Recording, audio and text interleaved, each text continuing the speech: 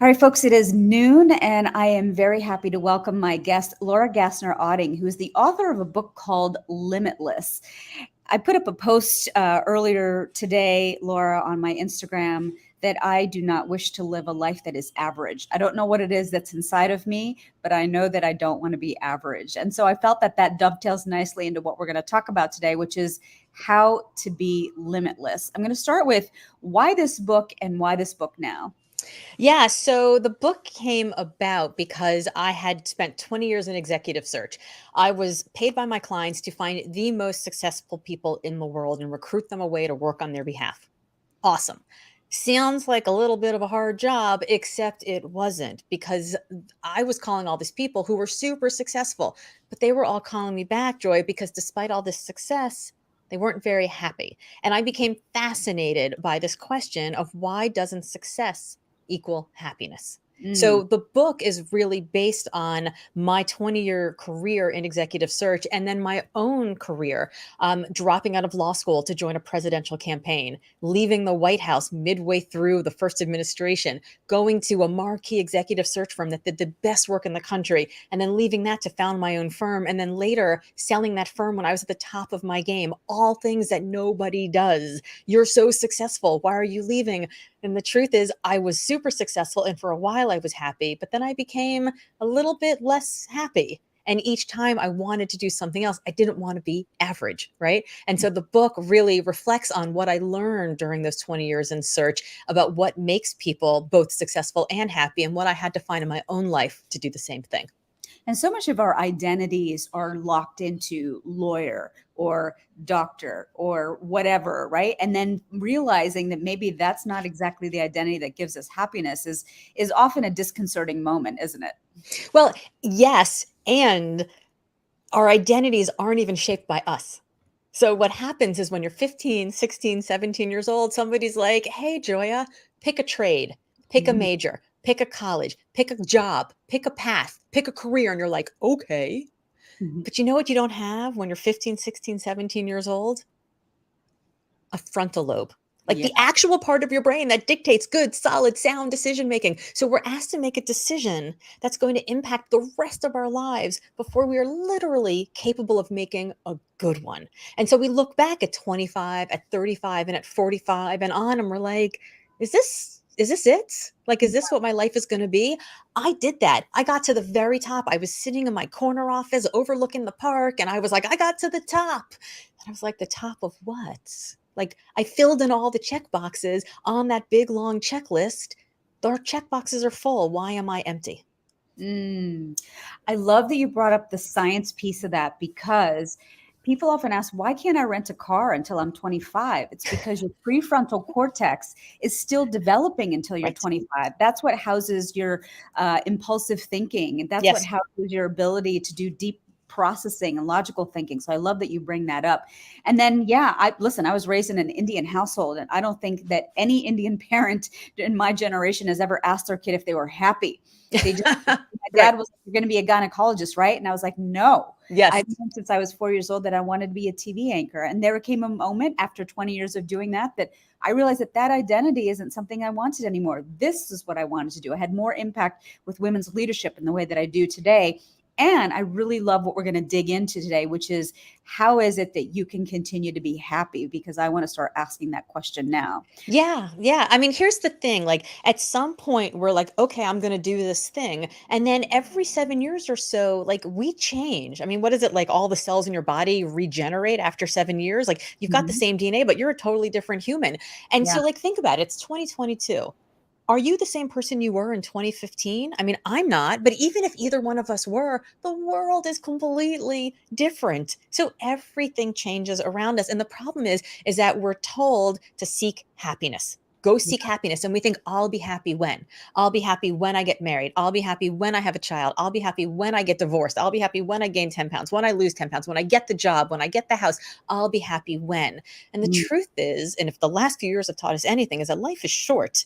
We shouldn't wait to be happy when, we should be happy now. And so what I learned in my work is that it's not happiness, because happiness is ephemeral. You're happy if your best friend works the cubicle next to you. You're happy if it's like take your dog to work day. You're happy if your office gives you free dry cleaning. You're happy. But happiness is not fulfillment, right? Happiness is not alignment. It's not flow. It's not what I call consonance, when what you do matches who you are. So consonance is like, do you know those moments when the very best of what you do, right? You were saying right now, this is what you do. You have much bigger impact right now. The very best of what you do is being called upon to do this work, to solve a problem that you care about, right? Helping more women get into leadership positions. And you're being rewarded for that work financially, karmically, emotionally, whatever the way is that you need, in ways that actually matter to you. So, we live in a society that says like, make more money. Well, if you're making lots and lots and lots of money, but you're miserable, it doesn't matter how much money you have, right? So Mhm. we have to be doing work that we love, work that is like the very best of us is being called upon to solve a problem we care about, and we're being rewarded for in a way that is meaningful to us. That's when we are in consonance. So there's four pieces to this word consonance, and I want to talk about them. The first one is calling. So Yes. what does that mean, calling? So calling is this gravitational force. It's the thing that you want to get up to do in the morning. It's a business that you want to build. It's a leader who inspires you. It's a cause that you want to serve. Maybe it's a family that you wish to nurture, right? It is the thing that you actually care about. And the problem with calling, we get it wrong, is because we confuse calling for purpose, and we think purpose has to have the word higher or lofty in front of it. Like if you're not literally giving the shirt off your back to poor kids in need, you're just selling out. But the truth is, like, your purpose may be curing cancer. Awesome. Your purpose may be making tons of money so they can get out of debt so that your children get to make different decisions than you had to make. That's awesome too. Your calling may be buying a Maserati and a beach house. I am not here to purpose shame anybody. Your calling is simply your calling. And we can't be insatiably hungry for someone else's goals, for someone else's purpose, and for someone else's calling. So we have to figure out what matters to us and just go after that unapologetically. Okay, connection. So Connection. how does that dovetail out of calling? So if you called in sick to work today, would anybody notice? Would anybody care? How connected is the work you are doing on a daily basis to that calling that you just identified that you want to serve? We spend all of this time trying to get to inbox zero, and unless your job is getting to inbox zero, that's not really connected, right? So look at your to-do list, look at your calendar. What's on there? Is that work connected to your calling? Is it getting you? Is going to this meeting, is being on that task force, is doing that report getting you closer to get to that calling, or is it taking you farther away from it? And we get this wrong because we confuse action for impact. We get so busy being busy, saying yes to anything we get asked, maybe because we're the most perfect person for the job, but probably because we're the most proximate person when they were looking for help, right? So, any of your moms who are listening, you're walking out of your kid's school one day and suddenly someone rushes up to you and there's like, oh my God, the chair of the bake sale just got sick. You need to chair it. Would you please help? And you're like, okay, I guess one of the things that I care about is spending more time with my kids and they need me, so I should do it. But the truth is, you then spend the next 24 hours yelling at your kids because you're like stressed out about the report that you have that's due at work. And also now you're chairing the bake sale. So you're actually not spending quality time with your kids, Yeah. and you're not getting the report done, right? So is the thing that you're doing connected to that? Are you busy, or are you actually making an impact on what you care about? I'm an Enneagram 7, so I know what busy is. But the connection piece is something that I do a lot of work with in the members of my mastermind, which is I ask them to identify their values. And Yes. this may be the very first time that they've ever done it, but I'm like, here's why this is important. This is an opportunity for you when you feel like you're out of alignment with your work, you're out of alignment with your to-do list, to look at your values and say, are those finding their way into your day? And if not, how do you retroactively put that in? So I feel like it's another way of saying what you're saying about connection. Absolutely. I have a friend, Brant Menswar, who wrote a book called Black Sheep. And in it, he has people identify their values. And then he takes it one step further and he goes, take your calendar out. He literally has people in his trainings take their calendar out and gives them a pen. And he's like, I want you to write down next to every single thing on your calendar, which value of yours is represented. And it's amazing how many things don't have anything written next to them. Because the truth is that if everything on your calendar is important to somebody else, there's not enough room on it for the stuff that's important to you.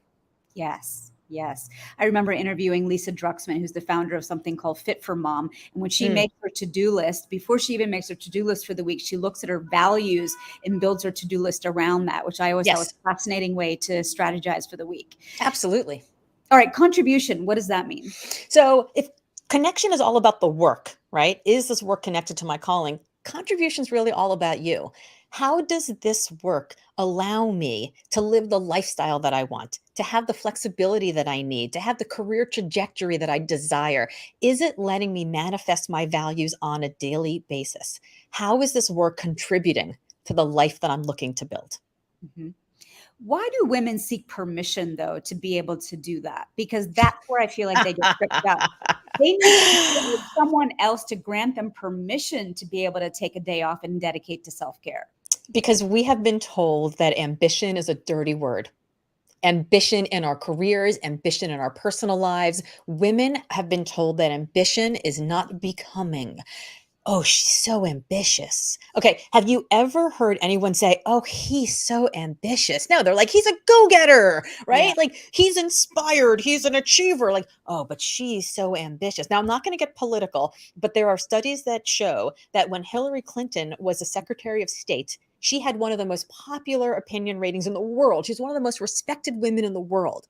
But the minute she decided she wanted more power, she was going to run for president, suddenly plummeted, right? Because we don't like women who are ambitious. But here's the thing.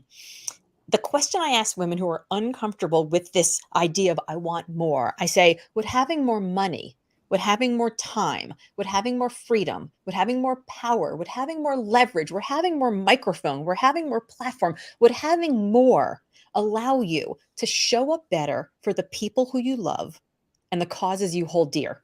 Mm. And every one of those women goes, yeah. And I say, fine. So it's not your ambition, it's your responsibility. As women, we feel very comfortable with responsibility. We don't like ambition, but we feel very comfortable with responsibility. So you are responsible for taking better care of yourself, for taking that day off, for asking for that raise, for doing all of those things because it allows you to then do better for other people. I have a friend, Alex Carter. I'm going to hold up her book because I just interviewed her on my podcast yesterday. It's a book called Ask for More. Yeah. And her book is on 10 questions to negotiate anything. She's the head of Columbia University's mediation clinic. And what Alex said to me was, any woman who's ever uncomfortable negotiating, she reminds them that when they're in there negotiating for themselves, they're actually negotiating for the entire sisterhood, Mhm. because the way that we teach people how to treat us affects all of us. But one thing here, Laura, when people are seeking that permission, how do you short circuit that process where you're wanting somebody else to give you permission? How do you give yourself permission? Just a tactical piece right here. Yeah, I mean, I think that, like you said it earlier, you said, like, I don't want to live an average life, right? I think we also have to surround ourselves with people like you.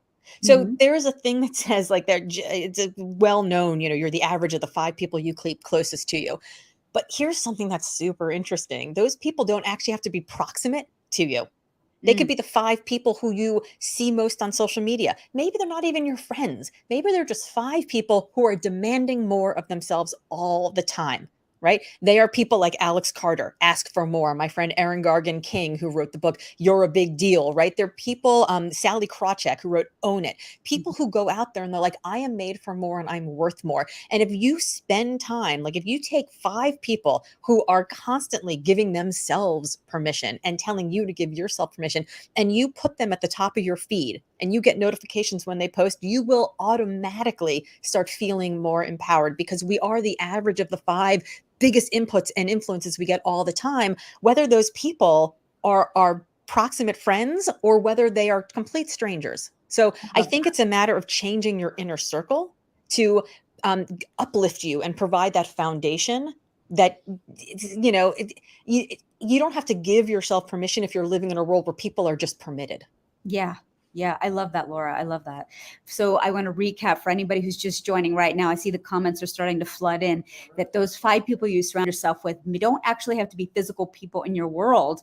Because I'm often doing that scan, by the way, and I'm intentionally changing when I'm not happy with the 5 people I'm surrounded with. But I And love by the way, if the 5 people that you see all the time are complaining, if they're negative, if they're uncertain, if they're full of doubt, you're also going to go that direction. Yeah, absolutely. Absolutely. And I think about the time that I was at my highest weight is because I was hanging around people that were at their highest weight, right? So You know, that's interesting because this study that I got this from was actually a study that was published it was a study that was published in a health journal, and I read the article in the New York Times, and that was specifically the study that said that if the people who you surround yourself with are overweight, you are more likely to be overweight. It was actually specifically about weight. yeah, but I love that you can reverse engineer that starting today. If anybody's listening right now, change who's on your feed when it comes to Instagram or Absolutely. Twitter or even Facebook, and start to eliminate the people that are spewing the negativity, because you're not doing yourself any favors. Yeah, just mute them for 30 days and see if things feel better. And I promise you, the minute that they get unmuted and they pop back up, you'll be like, "Oh, yeah, oh," There's like a you'll know visceral exactly who they reaction to are. that. All right, let's talk about control. So for those of you that are just joining, we're talking about this concept of consonance. And consonance is a couple of things. It's calling, it's connection, it's contribution, it's control. But what are we really talking about, Laura, here? We're talking about defining your own version of what success and lifestyle is. Yes. So control is an interesting one.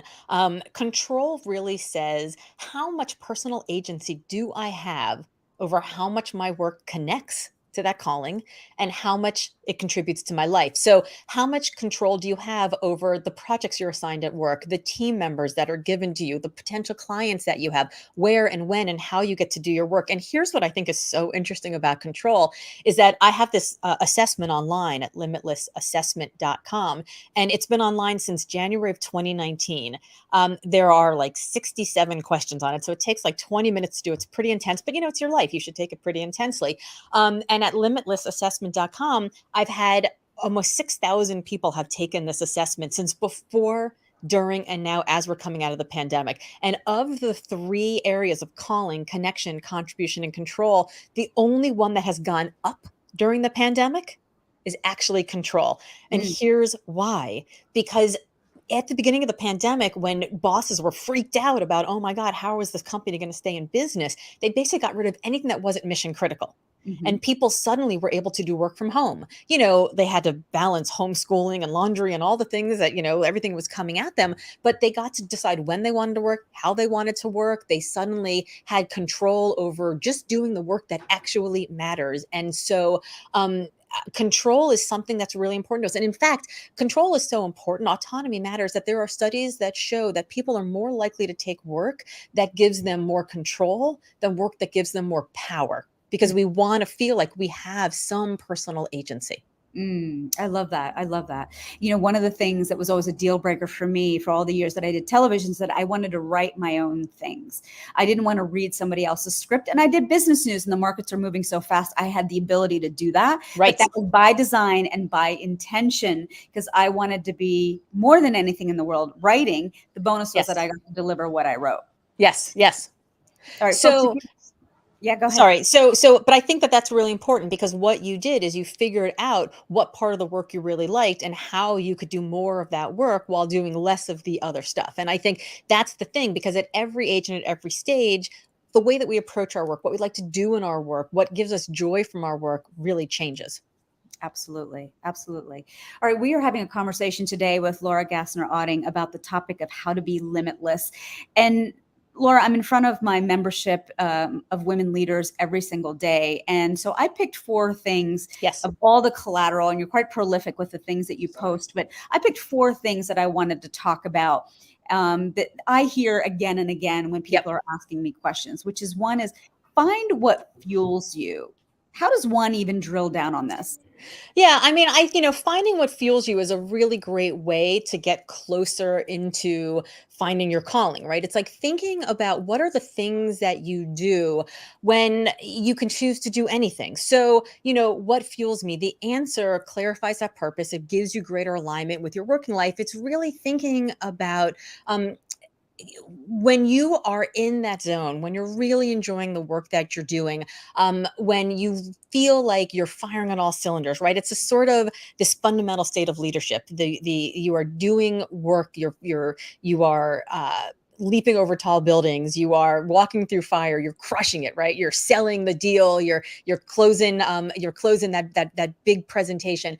This is the moment when you're like, yes, I love it. I'm like all in. And there's this, you feel a different kind of energy. And so it's thinking about those times when you're just really in that, this is fueling me. This is actually energizing me. I'm a raging introvert by nature. And which is funny because I spend my living, as a professional speaker. Doing this. Right. I mean, this is it's sort of a funny thing. And there was a time when I'd be on stage and I was like talking like a TED talker, right? I was like imitating everybody else being on stage, and I'd get off stage and all I'd want to do was go back to my hotel room and curl up in fetal position and order in room service and not even watch Netflix because I just couldn't, take any additional input. And then I learned how to just be me on stage, my like Mhm. spastic moxie driven, just I'm who I am. And I get on stage and I do my thing and I get off, and suddenly I loved talking to people afterwards, right? I figured out how to do the work in a way that it energized me. And because it fueled me, it actually became not a chore. It became like a really exciting adventure. I love that. Find what fuels you. Number two is make deposits in the future bank of you. Now, I'll be honest, I every day at 2:30 have an accountability partner, and for 5 minutes we write what our lives look like 12:21 p.m. on June 22nd, 2024. Who are we sitting with? Hmm. What are we wearing? What kind of money sits in the bank? What kind of house are we living in? And writing that in a great deal of specificity. And I learned this by following Ryan Serhant. I don't know if that name means anything to Yes. you, but he's on Million Dollar Listing. And it's something I learned from reading his book. But like that becomes your future boss. That vision of who you are 2 years from now is who you work for. So is that in alignment with what you mean by making deposits in the future bank of you?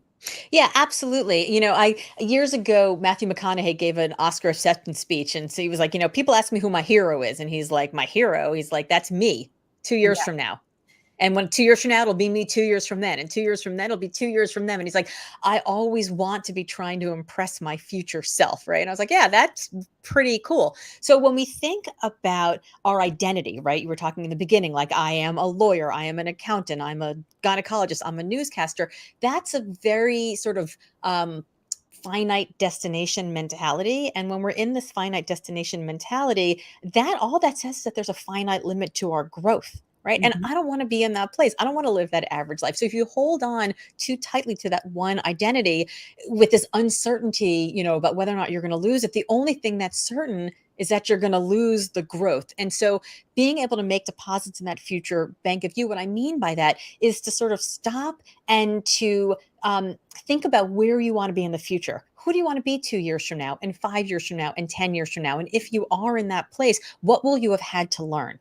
What mhm. experiences will you have had to have? What knowledge do you need to collect? What kind of network do you need to build? And to start doing some of those things, the only jobs I've ever wanted have been jobs for which I've had absolutely no obvious qualifications. That's what has made them interesting, right? So the space in between what you're qualified to do and what you want to do, that's the credit advance that you need to give yourself. We are told all the time, follow your passion. And I think follow your passion is the world's worst advice, because follow your passion says as soon as you find your passion, all you need to do is follow it and everything's going to be wonderful. But here's the thing, if you follow your passion, the minute something gets hard, the minute you get told no, the minute you're rejected, you're going to go, oh, I guess that wasn't my passion. I should find something else and follow that, because then Mhm. that's all going to be rainbows and Skittles. But the truth is, we can't follow our passion. We have to invest in our passion. We need to join groups like yours. We need to watch shows like this. We need to, watch TEDx's and read books and go to networking events. We have to invest in our passion. It has to be uncomfortable, because the falling down and getting up and falling down and getting up is where the magic happens. That's where we learn and we iterate and we innovate and we change. So the future, those deposits that we're making are the deposits that allow us to get from what we're qualified to do today to the thing that's really interesting that we want to do tomorrow. Yeah. A woman approached me this last week and she wrote me saying she wanted to start a mentorship platform. She's like, I'm looking at the data, and here are my conclusions. I'm like, yeah, but have you piloted this idea? Like, have you Mhm. actually implemented it? Have you matched 10 mentors with their mentees? Because I'm telling you, you're going to learn a lot more from the execution of that idea than sitting here telling me about this data that you're like luxuriating and bathing in about how women need mentorship. You haven't implemented shit. Yeah. And so until you've implemented it, you are doing yourself a disservice. And frankly, I think it's idealistic. Yes. Exactly. Exactly. I mean, taking the all the best laid plans, right? What was that Mike Tyson quote that everyone's got a plan till they get punched in the face? Yeah, You got absolutely. to take it out in the road. I want to remind some of the folks. Amy has joined us. We've got a few other folks who have joined us. I want you to put your questions in the chat. Laura and I are going to keep chatting for a little bit longer, and then we're going to take your questions. So Amy, go ahead and put that in the chat. And I know you have a ton of questions for this conversation that we're having here today. All right, the next one is to go smaller to get bigger. Smaller Now, to get bigger. this one seems a little counterintuitive, right? Like we're told, like, get the biggest job you can get, the fanciest title you can get. But here's the thing. If you are early in your career, being the head of a division where you are like the head of one of 12 divisions, that's 14 layers down, that seems Yeah. like a bigger title. You're the head of the division. But if you were in a more junior role at a higher office, right? So say like you're working in some sort of assistant level position, but you're in the CEO's office, you're going to be in the meetings, you're going to hear the calls, you're going to be meeting all the people, you're going to be building that Rolodex. And sometimes earlier on in your career, you are able to actually grow by putting yourself sort of in the deal flow, putting yourself in the room where it happens, if you will. And so that's a great way to be able to sort of leapfrog, right? Because you can go from there. Say you're in that bigger office, even if you're in a smaller role, you can still do incredible work. You can still do deep work. You can still volunteer for projects. You're going to know how all those projects get assigned. So you'll be able to be like, actually, that's sort of an interesting thing. I'd like to do more of that. And suddenly you get to leapfrog above all the other people who are toiling, even with the big fancy title, in the quiet. Mm-hmm. Mm-hmm. So what I'm hearing you say is, what is it that you're doing outside of your regular job that there might be something that you can develop? Maybe you're a fantastic event planner, even though Mhm. you're in risk and compliance. How do I take that nugget, that pearl, that idea, and further that? How, let's talk tactical here for a second. Yeah, I mean, some of it is taking an attention inventory, right? It's like, what are the things that you enjoy doing outside of your paid work? So, if there may be things that you do in your place of worship, in your community, for your family, and you're like, I actually like to do that. And those are skills that you're still gaining. Right. So if you're still gaining those skills, we can look past our resume and we can we can bring those to bear. Sometimes you need to take those skills and actually have a project at work that then shows them, or you can also of course list them on your resume. But it's really thinking about how do you get yourself into that sort of highest possible position, um, or sorry, you get yourself into a position in the highest possible office, right? So Mhm. how do you figure out how you get there? And then once you're there, the job descriptions, there are very few linear careers. And actually in 20 years of doing executive search, I very rarely interviewed an interesting person. In fact, I don't know if I ever interviewed an interesting person who had a linear career path. Right? It was Mhm. always the right turns and the left turns and the U-turns. That's what made people interesting. So it's not following like, here's the job and I do everything the job description and then I get to the next job, and then here's the job, I do everything the job description and I get to the next job. That's not how it works, right? It's networking and it's projects and it's volunteers and it's getting noticed, and the only way to do that is to make sure that you're actually getting noticed by the eyes that make the decisions. I remember listening to Michelle Obama speak twice, once here at the Barclays Center and once in Washington, D.C. And she said that Barack taught her the art of the swerve because she was very much a box checker. She's like, you do Yes. this, you do this, you do this. And he really taught her that there's many different swerves to getting to where you need to go. Hmm. I think that I think swerves are super interesting. I mean, think about people that you enjoy talking to at dinner parties, even. They're Yeah. not people who are like 25 years in the gold watch, like the people who are interesting are the ones who are sort of outside of the label. Hmm. Hmm. And have led in non-traditional lives. Yes. You referenced this already, but I want to kind of wind it up here and then start to get to everyone's questions. When you say go smaller to get bigger, you referenced that you should also make your resume work for you. What does that mean? Yeah. So, it's all well and good for me to tell people like, go ahead and find your calling, but like not everybody can do that, right? There's bills to pay, the children's to raise, or classes to take. Whatever it is that's getting in the way of living out your dreams, I hear you. I get you. Like I've got kids, I've got a husband with a super inflexible job. Like we've had a pandemic, like we're all limited by a lot of things. So how do we live a limitless life? Some of that is to figure out how to increase our optionality. Hmm. So, years and years ago, I was driving one of my kids to work. I think he was like 13 at the time. And I was complaining about how I didn't get a good night's sleep. And I had a chapter due to my publisher and I wasn't going to get any writing done. And I wasn't getting anything done today. And I was just kind of like bemoaning my lot in life. And he sort of looked at me and he was like, well, just like go on a side quest. I was like, what's a side quest? Now, any of you who play video games are like, yeah, side quest, that makes sense. But I had no idea what a side quest was because I haven't played a video game since like Pong on the Atari in 1986. And he was like, Mom, okay, like if you're playing a video game and the goal of the video game is to go and slay the dragon, but you're playing like a multi-level, like a multiplayer game. So you're waiting for your friends to finish doing the dishes so that they can get online and help you slay the dragon. How do you do it? Well, in order to slay the dragon, you need a horse to get to the dragon. You need armor so that you don't get hurt along the way. You need a sword. You need some potions. Like they're things that you're going to need, right? Oh, Hmm. also you're going to need money so that you can buy all the things. So you're a farmer. Till your wheat. You till your Hmm. wheat, you get your money, you trade that money for potions and, swords and horses and all the things. And he was like, so till your wheat. And I was like, oh, he's like, there are things that you can do today that will make you better at the things that you want to do tomorrow. He's like, so fill your time. He's like, if you can't do the thing that you want to do, you can't do the class, you can't go for the promotion, you're like waiting for your kids to be a little bit older and, in school so you can be back and work full time, whatever the thing might be, you can do all these side quests. So you can reframe that current problem as an opportunity. It's not how are you limited, but it's how can you increase your future optionality by collecting those people, the networks, the knowledge, the resources that you're going to need later. I love that you brought that up because there is someone who's on this call right now who has made her living, really cut her teeth in the health and wellness space. Mhm. And then life gets a hold of you, right? And so it was kids' colleges and financial responsibilities that took her away from that. And now she's working in the insurance industry. Kids are about to leave, and she's thinking about how she can active pivot back to her first love, which is wellness and health. Mhm. And so we are having avid conversations about what that transition is going to look like. What is that financial transition going to look like? Can she afford to make that financial transition? The golden handcuffs are so compelling. So, to that end, what could she be doing while she's in this holding pattern and transitioning out?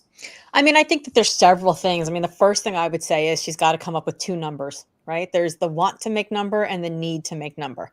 So the Mhm. need to make number is like, what's your nut? Like, what's the mortgage? What's the college, what's the college tuition? Like, what does your life cost you?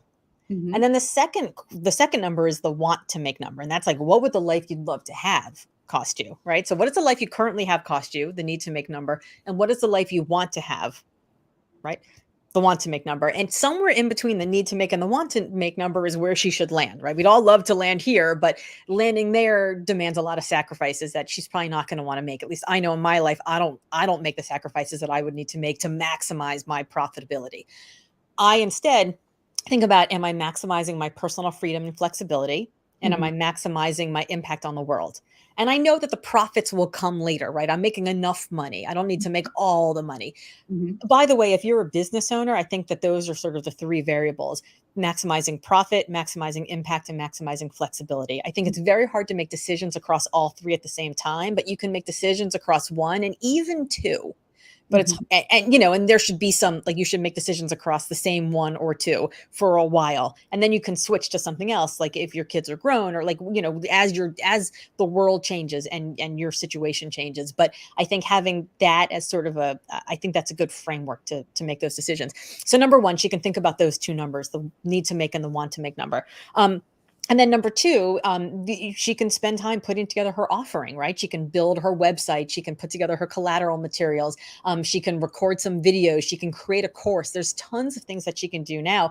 The health and wellness space, I mean, how are you a healthy human, right? You eat better food, you drink more water, you move your body more, you surround yourself with positive people, you take the right supplements, the right vitamins. The science is changing, but it's not changing that fast, right? Like there's things that she can put some of that collateral material together. And then the third thing is to start building out her network, right? So my friend Dory Clark has this great mastermind called the Recognized Expert group.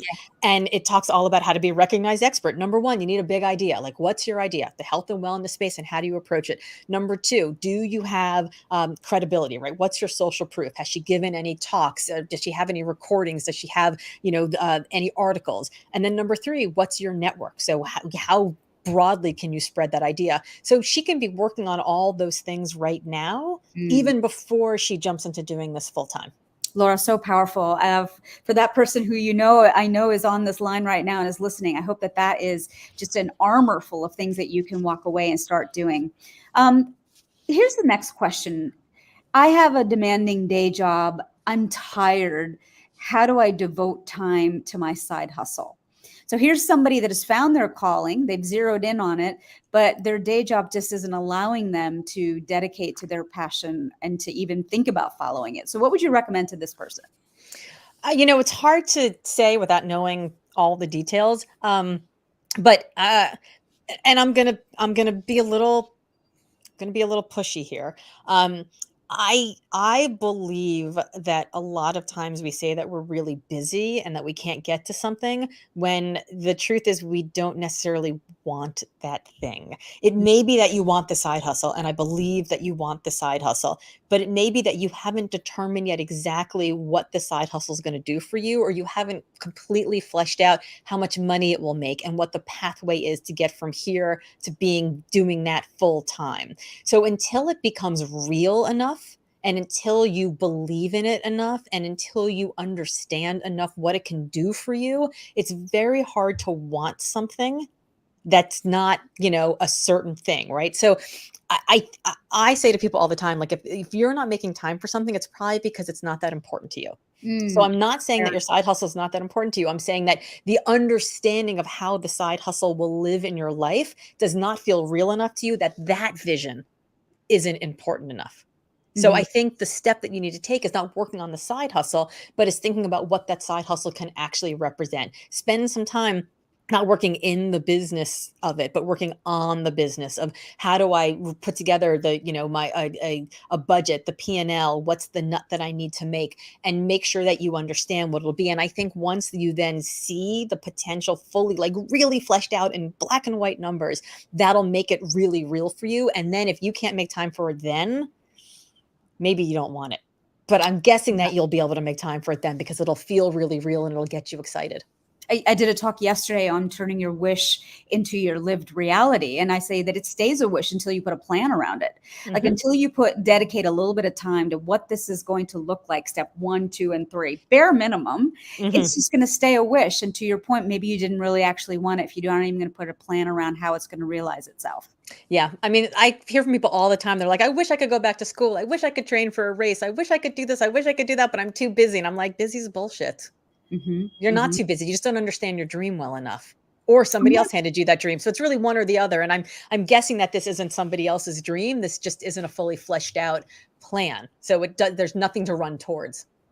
And the other thing that I ask people to do is to really track your habits. I had a woman in my mastermind do that for a week. And she's like, I watch an alarming amount of Netflix. She's like, that is time that I could spend writing, but it wasn't until you forced me to look at how I spend my week that I realized that there's actual time, pockets of time I could be spending doing creative writing. But guess what I'm doing? I'm mindlessly flipping through Netflix because the TV's in the bedroom and it's just easy to fall asleep to that. Yes, I tell people that all the time. They're like, "How do you do so much?" I'm like, "How do you do so little?" Yeah. Like, what are you doing with your time? But it's funny. Like, we're all told like Beyonce has the same 24 hours as you do, right? It's all this like productivity hustle porn that's Hmm. nonsense. And I do think that we're all busy. I think there are a lot of demands on our time, but I think the real question is this your goal? And do you understand the plan to get there? Because you can't be insatiably hungry for someone else's dream. You just can't. And is this a priority, which is also the other big question to ask. Yes. Laura and I are going to be wrapping up here in a few minutes. And if you have some questions, please put them in the chat and I'll make sure I ask them. This next question, Laura, is about overwhelm. This person has 4 separate ideas that they're equally juiced up about, but all 4 ideas can't transpire in the next 6 months. So how does one cut through the overwhelm and prioritize which one to do first? I mean, I guess my first question would be, are any of them time sensitive? Right. So, I'm working on my next book. At the same time, I put together a 30-page white paper on this, on the Great Resignation based on the 6,000 responses I had from the Limitless assessment survey. And I'm not that excited about the, 30-page white paper. It's like I spent 20 years talking about like what inspires people at work and what's causing the Great Resignation and how you recruit people. And I left that search firm because I didn't really want to do it anymore. At the same time, it's a hugely topical issue, right? That I could get paid a lot of money to speak on, and I can get published in Harvard Business Review and places like that. And so I put down the next book that I'm writing, which is a little bit evergreen. And I was like, I really should work on that now. So I would say, think about the four areas. Is one of them topical? Will one of them not be relevant a little while from now? If it matters to you and it's interesting, then do it. But I also think you might also say, like, it's actually not that interesting. It's topical, but I don't want to do it. And it's not going to be relevant 6 months from now. And that's okay. Mhm. Right. So I think, like, does it fuel you? Does it excite you? Is it something that's going to help you get from here to wherever you want to get to? So taking that rubric of connection, of calling, connection, contribution, and control. Number one, will this thing help me? Will this idea help me get closer to the calling or further from it? Number two, will this thing help someone else? If it's not going to help you, but it's going to help someone else and you're excited about that idea, then do it, right? Awesome. Number three, will it cause me joy? So if it's not going to help you and it's not going to help someone else, but you're going to love every minute of it, amazing, go for it. You'll figure out the rest later. And then number four, is there somebody who's better suited to do it? So looking at all 4 of these ideas, are you the person? Like, is there somebody who is better, who is smarter, who is faster, who is more networked? Should they be doing it instead? And Mhm. maybe that's not the one you do because you're going to spend more time competing than, actually scaling. So thinking about those things may help you get to a better yes around one versus the other 3. I love it. I love that. Laura, let's wind it down here. What you're working on your next book, what is that called? The next book's going to be called Wonder Hell. And what is Wonder Hell? So, those moments where you've done something, you've actually accomplished something, you were successful, you didn't actually know if you could pull it off, but you did it. And it's amazing, it's exciting, it's humbling, it's wonderful. But also, you've never been so exhausted and full of stress and anxiety and dread and uncertainty and doubt in your entire life. It's Mm. kind of wonderful, but it's also kind of hell. Hmm. That's wonder hell. And wonder hell is the moment that the burden of your potential walks into your psyche and is like, hey, Joya, what you got for me? Are you going to live into this newfound you, this person that you just saw you could be in this moment of success? Are you going to live into this newfound you that you didn't know existed last week, last month, or last year? Or are you going to let her pass you by? Hmm. And it's in that moment of wonder hell that we realize just how much ego we have and just how much we want in our lives. And we go, oh, I think I want more. This is amazing. How am I going to survive it? Right? I'm exhausted. I don't know. And so my next book is about finding myself in this moment of wonder hell. Um, and just basically interviewing 100 different people to figure out my way out of it. And what I realized is that it's not a breakdown, it's a breakthrough. So Mm. how do we embrace our ambition? How do we get comfortable with all the mixed emotions that surround this uncertain moment? And how do we learn to live with the fact that on the other side of this wonder hell is the next one and the next one, and if we're lucky, the next one after that? Laura, great interview today. We're going to leave it there. If anyone wants to work with you, have you come speak to them, what's the best way for them to get in touch with you? Yeah, so my name is Laura Gassner Otting. All my good friends call me LGO. So you can find me on all the socials at Hey LGO, and heylgo.com is a shortcut to tons of resources and my website. My book, Limitless: How to Ignore Everybody, Carve Your Own Path, and Live Your Best Life, is available on Amazon, Barnes & Noble, and anywhere fine books are sold. And yeah, you can find the Limitless Assessment at limitlessassessment.com. And I hope to hear from you soon. Amazing. Laura, and I referenced this a couple of times, but I have something called the Samatha Lab Mastermind. Samatha in my language means summit. And I'm now I have opened enrollment for this cohort. We're going to be talking about turning that wish into a reality. I referenced that too. And so if you would like to apply for that cohort that kicks up in October, you can always get in touch with me at joya@joyadas.com. Laura, great conversation. Good to see you today. Thank you, Joya.